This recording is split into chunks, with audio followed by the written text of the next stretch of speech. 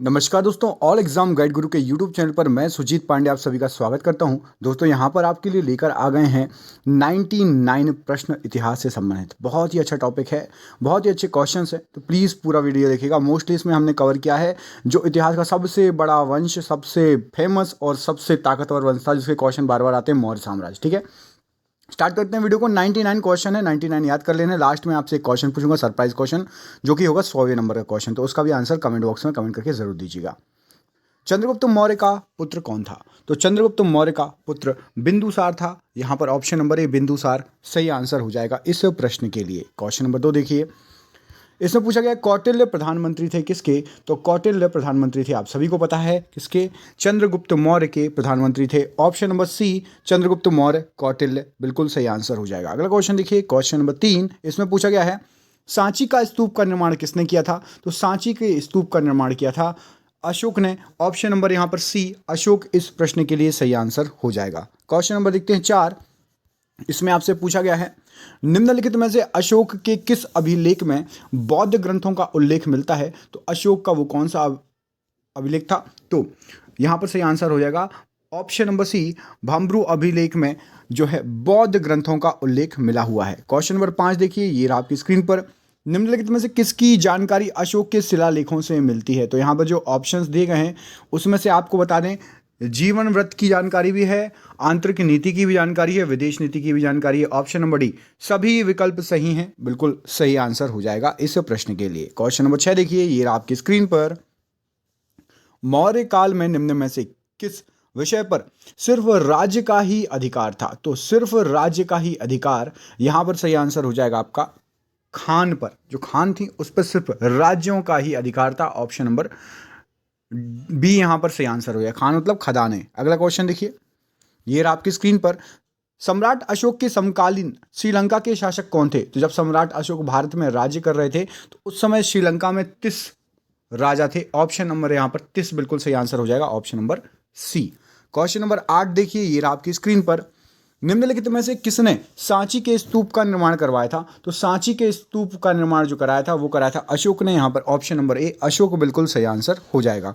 अगला देखिए, question number 9, Maurya साम्राज्य की राजधानी कहां पर स्थित थी? तो मौर्य साम्राज्य की राजधानी पाटलिपुत्र, वर्तमान में इसको पटना कहा जाता है। ऑप्शन नंबर ए यहां पर इस प्रश्न के लिए राइट आंसर हो जाएगा।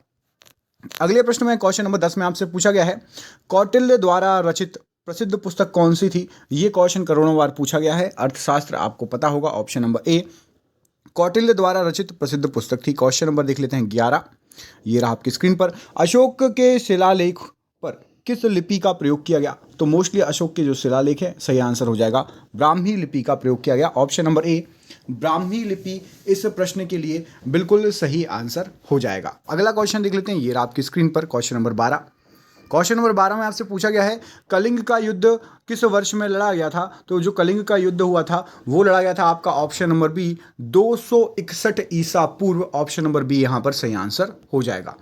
अगले प्रश्न पर बढ़ते हैं। क्वेश्चन नंबर क्या है? क्वेश्चन नंबर है 13, ये रहा आपकी स्क्रीन पर, कलिंग युद्ध के पश्चात सम्राट अशोक ने किस धर्म को स्वीकार कर लिया था? मोस्ट इंपॉर्टेंट क्वेश्चन है। तो कलिंग युद्ध के बाद सम्राट अशोक ने बौद्ध धर्म को स्वीकार कर लिया था। ऑप्शन नंबर बी यहां पर इस प्रश्न के लिए बिल्कुल सही आंसर हो जाएगा। क्वेश्चन नंबर 14 में पूछा गया है चंद्रगुप्त मौर्य पाटलिपुत्र में पैदा हुआ था, जो अब डैश में है। तो चंद्रगुप्त मौर्य पाटलिपुत्र में पैदा हुआ था, जो कि अब बिहार में है, जिसका नाम हो गया पटना। पटना बिहार की राजधानी है। आपको मुझे कमेंट करके बताना है बिहार के सीएम का नाम और बिहार के गवर्नर का नाम। करंट अफेयर्स भी करते जाइए हिस्ट्री के साथ।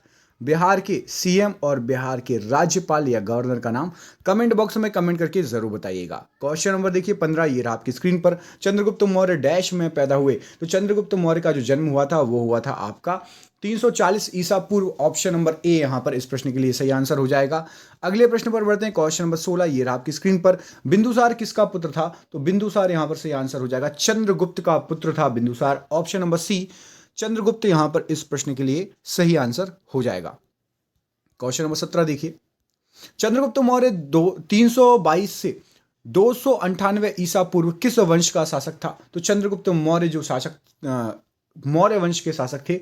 ऑप्शन नंबर ए मौर्य साम्राज्य के शासक थे चंद्रगुप्त। पूरा नाम क्या है? चंद्रगुप्त मौर्य। क्वेश्चन नंबर 18 देखिए, ये रहा आपकी स्क्रीन पर। महान अशोक, अशोक को जानते हैं आप सभी, 273 ईसा पूर्व से लेकर 232 ईसा पूर्व तक किस वंश के शासक थे? तो अशोक भी जो थे वो मौर्य वंश के शासक थे। Option number C, Ashoka Maurya वंश के शासक थे। क्वेश्चन नंबर 19 देखिए, सांची में स्थित बौद्ध स्मारकों का निर्माण किसने कराया था? तो सांची में स्थित बौद्ध स्मारकों का निर्माण, देखिए सांची का तीसरा क्वेश्चन है, ये अलग अलग तरीके से पूछा गया है। मौर्य राजवंश ने कराया था। ऑप्शन नंबर बी, मौर्य राजवंश यहां पर सही आंसर हो जाएगा। अगला क्वेश्चन देखिए, क्वेश्चन नंबर 20, इसमें पूछा गया है चाणक्य को किस नाम से भी जाना जाता है? तो चाणक्य का अन्य नाम आप सभी को पता है, चाणक्य को यहां पर ऑप्शन नंबर कौटिल्य के नाम से भी जाना जाता है। क्वेश्चन नंबर देखिए 21, ये रहा आपकी स्क्रीन पर।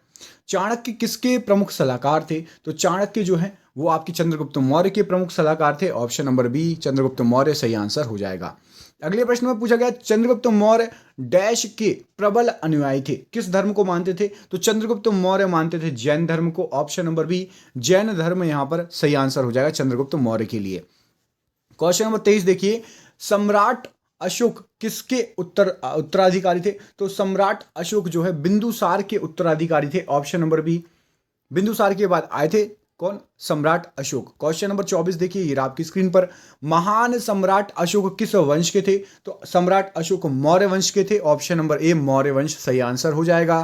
क्वेश्चन नंबर 25 देखिए, चाणक्य का एक अन्य नाम क्या है? यहां पर जो ऑप्शंस दिए उसके अनुसार, तो चाणक्य को विष्णुगुप्त नाम से भी जाना जाता है। ऑप्शन नंबर बी, विष्णुगुप्त बिल्कुल सही आंसर हो जाएगा। अगला क्वेश्चन देखिए, किस वंश ने मौर्य वंश की जगह ली थी? तो मौर्य वंश के जस्ट बाद आया था आपका शुंग वंश। ऑप्शन नंबर ए, शुंग वंश मौर्य वंश की जगह लेने वाला वंश था।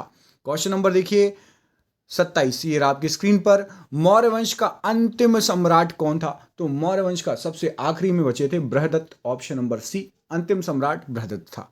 अगला क्वेश्चन देखिए, क्वेश्चन नंबर 28, विख्यात सांची स्तूप किसने बनवाया था? तो सांची स्तूप का ये तीसरा क्वेश्चन है। ये देखिए कहाँ आया था, मैं आपको बता देता हूँ। ये देखिए एनटीपीसी 2016 में आया था। ये देखिए हर क्वेश्चन के साथ मैंने संलिख के रखा है। तो सांची का स्तूप बनाने का श्रेय आप सभी को पता है अशोक को जाता है, सम्राट Ashoka. Option number B. Question number 29 देखिए, कलिंग युद्ध का विवरण हमें कहां से ज्ञात होता है? क्वेश्चन नंबर 29 में कलिंग युद्ध के बारे में पूछा गया है। इसका विवरण मिलता है हमें 13वें शिलालेख द्वारा अशोक के। ऑप्शन नंबर बी, अशोक का 13वां शिलालेख बिल्कुल सही आंसर हो जाएगा इस प्रश्न के लिए। क्वेश्चन नंबर देखिए 30, अशोक के निम्नलिखित अभिलेखों में से किसमें दक्षिण भारतीय राज्यों का उल्लेख हुआ है? तो दक्षिण भारतीय राज्यों का उल्लेख हुआ है द्वितीय मुख्य शिलालेख में अशोक के। ऑप्शन नंबर ए, द्वितीय मुख्य शिलालेख से दक्षिण भारत के बारे में पता चलता है। अगला क्वेश्चन देखिए, निम्नलिखित अभिलेखों में से किसमें अशोक का अभिलेख भी पाया जाता है? तो अशोक का अभिलेख आपको बता दें, महाक्षत्रप रुद्रदामन का जूनागढ़ अभिलेख जो है, इसमें अशोक का भी अभिलेख है। ऑप्शन नंबर बी यहां पर इस प्रश्न के लिए राइट आंसर हो जाएगा। क्वेश्चन नंबर देखिए 32, यूनानी लेखक जस्टिन द्वारा किसे सेंड्रोकोटस कहा गया था? तो सेंड्रोकोटस कहा गया था, यहां पर सही आंसर हो जाएगा चंद्रगुप्त मौर्य को। ऑप्शन नंबर बी सही आंसर हो जाएगा। क्वेश्चन नंबर देखिए 33, सम्राट अशोक के राजादेशों का सबसे पहले विकूटन या डिसाइफर किसने किया था? तो सबसे पहले विकूटन किया गया था। Option number A, James Prinsep द्वारा, उनके द्वारा पढ़ा गया, उनके द्वारा इसको बताया गया था। अगला क्वेश्चन देखिए, ये रहा आपकी स्क्रीन पर। क्वेश्चन नंबर 34, कौटिल्य के अर्थशास्त्र में किस पहलू पर प्रकाश डाला गया है? तो कौटिल्य के अर्थशास्त्र में राजनीति नीतियों पर प्रकाश डाला गया है। ऑप्शन नंबर बी, राजनीतिक नीतियां यहां पर सही आंसर हो जाएगा। अगले प्रश्न में पूछा गया है क्वेश्चन नंबर 35, निम्नलिखित अभिलेखों में से किसमें अशोक का नामोल्लेख हुआ है? तो यहां पर जो आपको अभिलेख दिए गए हैं यहां पर सही आंसर हो जाएगा गुर्जरा अभिलेख, इसमें अशोक का नामोल्लेख हुआ है। ऑप्शन नंबर बी, गुर्जरा अभिलेख सही आंसर हो जाएगा। अगले प्रश्न पर बढ़ते हैं 36, निम्नलिखित में से राज्य के सप्तांग सिद्धांत के अनुसार राज्य का 7वां अंग कौन सा होता है? तो राज्य का 7वां अंग होता है आपका मित्र। ऑप्शन नंबर सी, मित्र यहां पर इस प्रश्न के लिए सही आंसर हो जाएगा। क्वेश्चन नंबर 37, किसके शासन काल में डाइमेकस भारत आया था? तो डाइमेकस आया था आपके बिंदुसार के शासन काल में। ऑप्शन नंबर ए यहां पर इस प्रश्न के लिए सही आंसर हो जाएगा, बिंदुसार के शासन काल में डाइमेकस आया था। 38 में पूछा गया है, निम्नलिखित में से कौन सा अधिकारी मौर्य प्रशासन का भाग नहीं था? तो यहां पर जो ऑप्शंस दिए गए हैं उसमें से आपका प्रादेशिक, युक्त और राजुक इन 3 नाम के अधिकारी होते थे। अग्रहारिक नाम का कोई अधिकारी नहीं होता था मौर्य प्रशासन में। ऑप्शन नंबर डी यहाँ पर सही आंसर हो जाएगा। अगले प्रश्न पर बढ़ते हैं। ये रहा आपकी स्क्रीन पर, इसमें आपसे पूछा गया है पंकोदक सन्नी राधे मौर्य प्रशासन द्वारा लिया जाने वाला जुर्माना था। सबसे पहले आपको पता होना चाहिए पंकोदक, पंक मतलब क्या होता है? पंकज किसी का नाम है पंकज, तो पंकज मतलब क्या होता है? पंक में जन्मा, कीचड़ में जन्मा, मतलब कमल, कमल को बोलते हैं पंकज। पंक मतलब होता है कीचड़, तो यहां पर सही आंसर हो जाएगा सड़क पर कीचड़ फैलाने वाले पर यह जुर्माना लगाया जाता था। ठीक है, ऑप्शन नंबर बी सही आंसर हो जाएगा। अगला क्वेश्चन देखिए, क्वेश्चन नंबर 40 ये रहा आपकी स्क्रीन पर। इसमें आपसे पूछा गया है इंडिका का मूल लेखक कौन है? तो इंडिका का मूल लेखक यहां पर मेगास्थनीज, ऑप्शन नंबर ए सही आंसर हो जाएगा। क्वेश्चन नंबर देखिए 41 ये रहा आपकी स्क्रीन पर। निम्नलिखित में से किस देश से अशोक का कोई अभिलेख प्राप्त नहीं हुआ है? जो आपको ऑप्शन दे, ये हमारे पड़ोसी देश हैं, तो आपको बता दें अशोक के अभिलेख भारत में भी मिले हैं, अफगानिस्तान में मिले हैं, पाकिस्तान में भी, श्रीलंका में कोई भी अभिलेख नहीं मिला अशोक का। Option number C right answer हो जाएगा इस प्रश्न के लिए। क्वेश्चन नंबर 42 देखिए, अभिलेखों में किस शासक का उल्लेख प्रियदर्शी या फिर देव नाम प्रिय के रूप में किया गया है? तो प्रियदर्शनी या फिर देव नाम प्रिय कहा जाता था। ऑप्शन नंबर ए अशोक को बिल्कुल सही आंसर हो जाएगा इस प्रश्न के लिए। अगला क्वेश्चन देखिए, क्वेश्चन नंबर 43 इसमें आपसे पूछा गया है चंद्रगुप्त मौर्य ने अपने अंतिम दिन कहां पर गुजारे थे? तो चंद्रगुप्त मौर्य द्वारा जो उसके आखिरी दिन थे वो श्रवणबेलगोला में बिताए गए थे। कमेंट करके बताना है श्रवणबेलगोला आज अभी किस राज्य में आता है? कमेंट बॉक्स में कमेंट करके बताइए श्रवणबेलगोला किस राज्य में पड़ता है। देखते हैं आप लोगों में से कितने लोगों को इस प्रश्न का सही आंसर ज्ञात है, पता है। अगला क्वेश्चन देखिए, किस शिला राजादेश में अशोक ने कलिंग युद्ध के जो है हताहतों का उल्लेख किया है और युद्ध त्याग की घोषणा कर दी गई है अशोक द्वारा? यहां पर सही आंसर हो जाएगा, वो था आपका ऑप्शन नंबर बी शिला राजादेश 13। ऑप्शन नंबर बी यहां पर इस प्रश्न के लिए बिल्कुल सही आंसर हो जाएगा। अगला क्वेश्चन देखिए, क्वेश्चन नंबर 45 में पूछा गया है बिंदुसार के शासन के दौरान अशांति कहां पर थी? तो बिंदुसार के शासन के दौरान तक्षशिला में अशांति थी। ऑप्शन नंबर सी तक्षशिला यहां पर इस प्रश्न के लिए राइट आंसर हो जाएगा। क्वेश्चन नंबर देखते हैं 46, मौर्य दरबार में ग्रीस के राजदूत का नाम क्या था? तो मौर्य दरबार में जो ग्रीस के राजदूत थे उनका नाम था Megasthenes. Option number B Megasthenes की बुक, अभी थोड़ी देर पहले क्वेश्चन आया था मेगास्थनीज की बुक का नाम। कमेंट बॉक्स में कमेंट करके बताइए कौन सी बुक थी वो, जिसको कम से कम 5-10 क्वेश्चन पहले हमने अभी पढ़ा। अगला क्वेश्चन देखिए, अर्थशास्त्र के लेखक किसके समकालिक थे? तो अर्थशास्त्र के लेखक चंद्रगुप्त मौर्य के समकालिक थे। अर्थशास्त्र के लेखक का नाम आप सभी को पता ही है। अगला क्वेश्चन देखिए, ये आपकी स्क्रीन पर, अशोक के शिलालेख किस लिपि में खुदे हुए थे? तो अशोक के जो शिलालेख हैं वो खुदे हुए हैं ब्राह्मी लिपि में। ऑप्शन नंबर बी ब्राह्मी लिपि यहां पर इस प्रश्न के लिए सही आंसर हो जाएगा। अगला क्वेश्चन देख लीजिए, ये रहा आपकी स्क्रीन पर, देवनाम प्रियदर्शी के नाम से कौन विख्यात है? तो Devanam Priyadarshi, option number B Ashoka विख्यात है देवनाम प्रियदर्शी के नाम से। क्वेश्चन नंबर 50 देखिए, मौर्य वंश के शासन के दौरान स्थानिक कौन होता था? व्हाट इज स्थानिक? तो स्थानिक कहा जाता था जो अभी आजकल आपने कलेक्टर है ना हमारे, जो जिला को संभालते हैं, जिला प्रशासक को स्थानिक बोला जाता था। ऑप्शन नंबर ए यहां पर इस प्रश्न के लिए राइट आंसर हो जाएगा। अगला क्वेश्चन देखिए, चंद्रगुप्त मौर्य ने सेल्यूकस को किस वर्ष में पराजित किया था? तो चंद्रगुप्त मौर्य ने सेल्यूकस को 305 ईसा पूर्व में पराजित किया था। ऑप्शन नंबर सी यहां पर इस प्रश्न के लिए सही आंसर हो जाएगा। क्वेश्चन नंबर देखिए 52, सम्राट अशोक एकमात्र उत्कीर्ण शिला रूप चित्र कहां पर पाया जाता है? तो एकमात्र उत्कीर्ण जो है शिला, यहां पर सही आंसर हो जाएगा option number C Kanaganahalli. Option number C यहां पर बिल्कुल सही आंसर हो जाएगा इस प्रश्न के लिए। अगला क्वेश्चन देख लेते हैं, ये आपकी स्क्रीन पर, मौर्य वंश के तत्काल बाद किस वंश ने आकर मगध पर राज्य किया? क्वेश्चन घुमा के पूछा गया, ये क्वेश्चन मैं आपको करा चुका हूं। शुंग वंश ने शासन किया था। ऑप्शन नंबर बी शुंग वंश बिल्कुल सही आंसर हो जाएगा। मुझे कमेंट करके बताइए, मौर्य वंश के बाद शुंग वंश आया था, ठीक है? तो मौर्य वंश का अंतिम शासक मैंने आपको बताया, तो मौर्य वंश का अंतिम शासक और शुंग वंश का प्रथम शासक, ठीक है? शुंग वंश की स्थापना किसने की और मौर्य वंश का खात्मा किस शासक के थ्रू हुआ? कमेंट बॉक्स में कमेंट करके बताइएगा, दोनों पूछे जाते हैं एग्जाम में। अगला क्वेश्चन देखिए, अशोक पर कलिंग युद्ध का प्रभाव कहां दिखाई दिया? तो अशोक पर कलिंग युद्ध का प्रभाव दिखाई दिया था शिलाओं पर उत्कीर्ण 13वें राज्यादेश से। ऑप्शन नंबर बी यहां पर इस प्रश्न के लिए सही आंसर हो जाएगा। 13वां शिलालेख बिल्कुल बहुत इंपॉर्टेंट है, याद रखना, ठीक है? मौर्य काल में टैक्स को छुपाने मतलब चोरी के लिए कौन सा दंड दिया जाता है? तो मौर्य काल में यदि आप टैक्स नहीं दोगे, छुपाओगे, तो आपको मृत्यु दंड दे दिया जाएगा। ऑप्शन नंबर बी, मृत्यु दंड बिल्कुल सही आंसर हो जाएगा इस प्रश्न के लिए। अगला क्वेश्चन देखिए, अर्थशास्त्र के अनुसार सीता भूमि का अभिप्राय क्या है? तो अर्थशास्त्र के अनुसार सीता भूमि जो होती है वो होती है आपकी जनजातियों द्वारा जोती जाने वाली भूमि। ऑप्शन नंबर सी यहां पर इस प्रश्न के लिए राइट आंसर हो जाएगा। अगले प्रश्न पर बढ़ते हैं। ये आपकी स्क्रीन पर निम्नलिखित में से किस स्रोत में उल्लिखित है कि प्राचीन भारत में दासता थी ही नहीं? तो प्राचीन भारत में दासता नहीं थी, ये आपका मेगास्थनीज की इंडिका में लिखित है। ऑप्शन नंबर सी यहां पर सही आंसर हो जाएगा। 59 क्वेश्चन नंबर, निम्न में से किस अशोक के अभिलेखों में पारंपरिक अवसरों पर पशु बलि पर रोक लगाई गई है? ऐसा लगता है कि यह पाबंदी पशुओं के वध पर ही थी।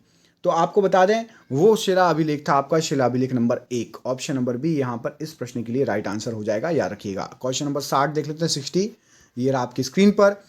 दक्षिणापथ के रूप में सुविख्यात प्राचीन व्यापार मार्ग को किसको जोड़ता था? तो ये जोड़ता था, दक्षिणापथ की बात हो रही है, ठीक है, व्यापार मार्ग था, ये जोड़ता था आपका अजंता को पाटलिपुत्र से। ऑप्शन नंबर डी, अजंता को पाटलिपुत्र यहां पर इस प्रश्न के लिए राइट आंसर हो जाएगा। अगला क्वेश्चन देखिए, क्वेश्चन नंबर 61, अर्थशास्त्र में खानों के अधीक्षक को क्या कहा जाता था? तो खानों के अधीक्षक को कहा जाता था आकाराध्यक्ष। ऑप्शन नंबर ए यहां पर आकाराध्यक्ष सही आंसर हो जाएगा।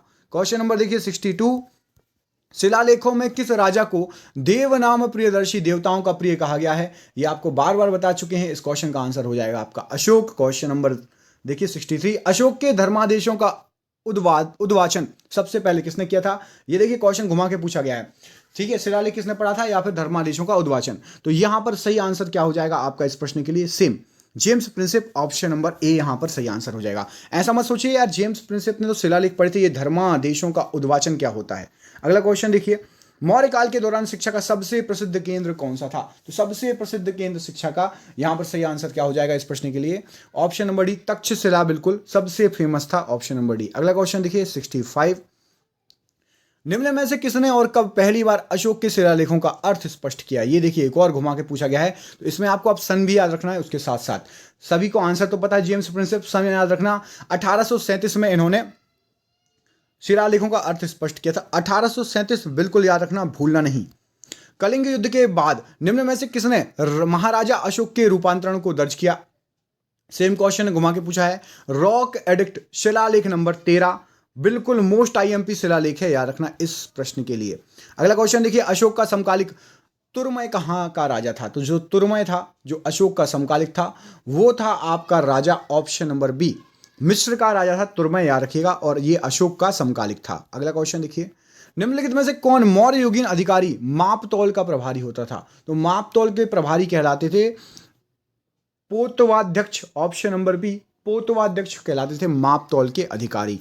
क्वेश्चन नंबर 67 देखिए, कौटिल्य का अर्थशास्त्र क्या है? तो कौटिल्य का अर्थशास्त्र एक शासन के सिद्धांतों पर एक पुस्तक लिखी गई है। ऑप्शन नंबर डी यहां पर इस प्रश्न के लिए सही आंसर हो जाएगा, शासन के सिद्धांतों पर लिखी गई पुस्तक। अगला क्वेश्चन देखिए, सांची का स्तूप का निर्माण किसने कराया? फिर से दोबारा ये क्वेश्चन आया, ये देखिए एमपीपीएससी 2012, इतनी बार ये क्वेश्चन आया ना, घूम फिर के पूछे मत। ऑप्शन नंबर डी, अशोक ने करवाया था। क्वेश्चन नंबर अगला, मौर्यों के शासनकाल में सिक्के ढालने के लिए निम्नलिखित में से किस पदार्थों का प्रयोग किया जाता था? तो मौर्यों के शासनकाल में सिक्के ढालने के लिए तांबे और कांसे का प्रयोग किया जाता था। ऑप्शन नंबर सी, ताम्र एवं कांसा राइट आंसर हो जाएगा इस प्रश्न के लिए। क्वेश्चन नंबर 72 देखिए, अशोक द्वारा प्राचीनतम प्रचालित धम्म क्या था? तो अशोक ने जो धम्म प्रचारित किया था वो था आपका उस समय के अधिकांश संप्रदायों के सिद्धांतों के संगठित आचार व्यवस्था थी। ऑप्शन नंबर सी यहां पर इस प्रश्न के लिए राइट आंसर हो जाएगा। चाहो तो स्क्रीनशॉट ले लो, थोड़ा अलग क्वेश्चन है और कई बार आया हुआ क्वेश्चन है। चंद्रगुप्त मौर्य के दरबार में भेजा गया यूनानी राजदूत कौन था? तो चंद्रगुप्त मौर्य के दरबार में जो यूनानी राजदूत आया था उसका नाम था Megasthenes. Option number C, Megasthenes सही आंसर हो जाएगा। क्वेश्चन नंबर 74, अर्थशास्त्र की रचना किसने की थी? तो अर्थशास्त्र की रचना आपके कौटिल्य ने की थी। 75 देखिए, प्राचीन भारत का प्रसिद्ध वह शासक कौन था जिसने अपने जीवन के अंतिम दिनों में जैन धर्म अपना लिया था? जीवन के अंतिम दिनों में जैन धर्म अपना लिया था चंद्रगुप्त ने। ऑप्शन नंबर सी, चंद्रगुप्त ने जैन धर्म अपना लिया था जीवन के अंतिम दिनों में। एसएससी CHSL का क्वेश्चन है 2011 का ये, ठीक है। कलिंग युद्ध किस वर्ष में हुआ था? तो कलिंग युद्ध जो हुआ था वो हुआ था आपका 261 बीसी में। ऑप्शन नंबर ए यहां पर सही आंसर हो जाएगा। 261 बीसी में कलिंग का युद्ध हुआ था। क्वेश्चन नंबर देखिए 77। 99 क्वेश्चन है, बस 20 क्वेश्चन और बचे हैं, ऐसे ही पढ़ते रहिए। यूनानियों को भारत से बाहर किसने निकाला था? तो यूनानियों को भारत से बाहर निकालने का श्रेय जाता है चंद्रगुप्त मौर्य को। ऑप्शन नंबर ए सही आंसर हो जाएगा, चंद्रगुप्त मौर्य। 78 देखिए, निम्नलिखित में से कौन सा सबसे पुराना राजवंश है? तो जो ऑप्शंस दिए गए हैं उसमें से सबसे पुराना राजवंश मौर्य है। ये सब उसके बाद आए हैं, मौर्य सबसे पुराना राजवंश है। क्वेश्चन नंबर 79 देखिए, निम्नलिखित में से किस राजा के एक अभिलेख से सूचना मिलती है कि शाक्य मुनि बुद्ध का जन्म लुम्बिनी में हुआ था? तो शाक्य मुनि बुद्ध का जन्म लुम्बिनी में हुआ था, यह स्पष्ट होता है अशोक के शिलालेख से। ऑप्शन नंबर बी यहां पर इस प्रश्न के लिए सही आंसर हो जाएगा। अशोक ने किस बौद्ध साधु से प्रभावित होकर बौद्ध धर्म अपनाया था? तो अशोक ने अपनाया था बौद्ध धर्म उपगुप्त से प्रभावित होकर। ऑप्शन नंबर बी उपगुप्त यहां पर इस प्रश्न के लिए राइट आंसर हो जाएगा। अगला क्वेश्चन देखिए, निम्नलिखित में से कौन समुद्र से समुद्र तक बंगाल की खाड़ी से अरब सागर तक का विस्तृत प्रथम साम्राज्य था? समुद्र से समुद्र तक, तो वो था आपका मौर्य वंश। ऑप्शन नंबर ए मौर्य वंश यहां पर इस प्रश्न के लिए बिल्कुल सही आंसर हो जाएगा। क्वेश्चन नंबर 82 देखिए, निम्न में से कौन अशोक के शासनकाल में सौराष्ट्र का गवर्नर था? तो सौराष्ट्र का गवर्नर बनाया था अशोक ने। ऑप्शन नंबर बी तोशांक को। ऑप्शन नंबर बी यहां पर तोशास्क को बिल्कुल सही आंसर हो जाएगा। अगला क्वेश्चन देखिए, अशोक ने अपने किस शासकीय वर्ष में लुम्बिनी की यात्रा की थी? तो अशोक गए थे लुम्बिनी ऑप्शन नंबर सी में, मतलब 20वें वर्ष में अशोक लुम्बिनी गए थे। क्वेश्चन नंबर 84 देखिए, ये आपकी स्क्रीन पर, इसमें लिखा हुआ है निम्नलिखित में से किस अभिलेख में अशोक ने करों में कुछ रियायतों की घोषणा की? तो करों में थोड़ा बहुत रियायत बरती थी। ऑप्शन नंबर लुम्बिनी स्तंभ लेख में। ऑप्शन नंबर सी लुम्बिनी स्तंभ लेख में यह वर्णित है, बिल्कुल सही आंसर हो जाएगा। अगला क्वेश्चन देखिए, निम्नलिखित में से किसने यह कहा कि चंद्रगुप्त मौर्य ने 6 लाख सैनिकों की सहायता से संपूर्ण भारत पर आक्रमण कर और अधिकार कर लिया गया था? एक बाहर के लोग थे, उनका नाम था प्लूटार्क। उन्होंने बोला था कि चंद्रगुप्त मौर्य ने पूरे भारत पर 6 लाख सैनिकों से आक्रमण कर अधिकार कर लिया था। अगला क्वेश्चन देखिए 86, राजा नंद का उल्लेख करने वाला अभिलेखीय प्रमाण कौन सा है? तो राजा नंद के बारे में खारवेल का हाथी गुम्फा अभिलेख। ऑप्शन नंबर बी, इसमें राजा नंद के बारे में उल्लेख किया गया है।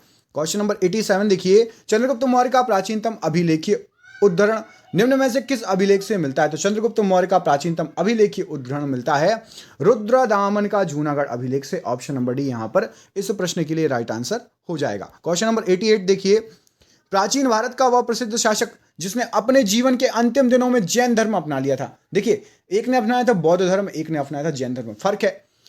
तो जैन धर्म चंद्रगुप्त मौर्य ने अपनाया था। कंफ्यूज मत हो जाना, कई लोग अशोक लगाते हैं, जैन धर्म के लिए अशोक नहीं है, चंद्रगुप्त मौर्य हैं। भारत में अशोक का शासनकाल कब से कब तक था? तो भारत में अशोक का जो शासनकाल था वो था आपका 273 से लेकर 232 ईसा पूर्व तक। ऑप्शन नंबर बी यहां पर इस प्रश्न के लिए राइट आंसर हो जाएगा। क्वेश्चन नंबर 90वां देखिए, मौर्य काल में निम्न में से कौन सी मुद्रा प्रचलन में थी? तो मौर्य काल में ऑप्शन नंबर बी पर्ण नामक मुद्रा प्रचलित थी। ऑप्शन नंबर बी यहां पर इस प्रश्न के लिए राइट आंसर हो जाएगा। 91 देखिए, मौर्य प्रशासन में माप और तौल का अध्यक्ष कौन था? तो मौर्य प्रशासन काल में माप और तौल जो करता था उसको बोलते थे पोतवाध्यक्ष। ऑप्शन नंबर डी यहां पर पोतवाध्यक्ष राइट आंसर है। क्वेश्चन नंबर 92, 82 लिख गया है, 92 है ये, है ना। मौर्य प्रशासन में रूप दर्शक कौन था? तो मौर्य प्रशासन में रूप दर्शक कहा जाता था। ऑप्शन नंबर सी, सिक्कों का जो परीक्षक था उसको रूप दर्शक कहा जाता। रूप से रुपया, तो याद रखना, रुपया से रूप दर्शक, सिक्कों का परीक्षक। अगला क्वेश्चन देखिए, लो भाई नंबर ही गलत हो गया, 93 है, 93 है ये। अशोक के निम्न में से किस शिलालेख में 1 ग्राम के भू राजस्व में रियायत का उल्लेख है? तो वो था आपका ऑप्शन नंबर बी, लुम्बिनी का जो स्तंभ लेख है उसमें जो है रियायत का अभिलेख किया गया है। अब यहाँ पर ये सिर्फ 88 की जगह 9 कर लेना, 94 है।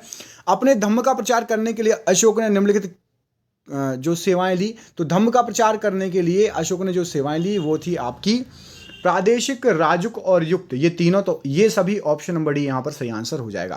क्वेश्चन नंबर देखते हैं 95 में है मौर्य साम्राज्य का अंतिम राजा कौन था? तो मौर्य साम्राज्य का अंतिम राजा आपका बृहदत्त था। ऑप्शन नंबर ए सही आंसर हो जाएगा। अगला क्वेश्चन देखिए 96, बिंदुसार के दरबार में कौन राजदूत था? तो बिंदुसार के दरबार में राजदूत था ऑप्शन नंबर सी डायमेकस बिंदुसार के दरबार में राजदूत था। 97, निम्नलिखित में से कौन सा कथन सत्य नहीं है, बोला गया है आपसे, सही नहीं है। तो आपको बता दें, 5वें शिलालेख में अशोक के भाइयों ने अंतःपुर की जानकारी मिलती है, बिल्कुल सही है। अशोक की औपचारिक राज्यारोहण में विलंब हुआ था, यह भी सही है। अशोक बिंदुसार के समय तक्षशिला और उज्जैन का वायसराय था, यह भी सही है। अशोक बिंदुसार का छोटा भाई था, ये गलत है, ये गलत है। बाकी तीनों सही है, तीनों याद कर लेना। 98, मौर्य साम्राज्य का पश्चिम भारत में प्रमुख बंदरगाह कौन सा था? तो मौर्य साम्राज्य का पश्चिम भारत में प्रमुख बंदरगाह था आपका भारूकक्ष बंदरगाह, option number D. Question number 99 में आपसे पूछा गया, 89 नहीं है, 99 है। निम्नलिखित में से कौन सा अशोककालीन अभिलेख खरोष्टी लिपि में है? तो यहां पर आपको ऑप्शन दिख गया है, आंसर है ऑप्शन नंबर सी, शाहबाजगढ़ी। ये खरोष्टी लिपि में लिखा गया है। और ये रहा आपके लिए सरप्राइज क्वेश्चन। इस क्वेश्चन का आंसर आपको कमेंट बॉक्स में कमेंट करके देना। ये 100वां क्वेश्चन है, यहां पर गलत लिखा हुआ है। निम्नलिखित में से किस एक में चंद्रगुप्त मौर्य द्वारा मगध का राज सिंहासन प्राप्त करने की कथा दी गई है? बहुत ही शानदार क्वेश्चन है।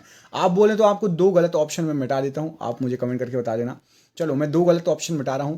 पहला भी गलत है, ठीक है, और इसके साथ साथ आपका दूसरा भी गलत है। मुद्रा राक्षस और वासव दत्ता, इनमें से किस में दिया गया है मगध का राज सिंहासन प्राप्त करने की कथा? कमेंट बॉक्स में कमेंट करके जरूर बताइएगा इस प्रश्न का आंसर।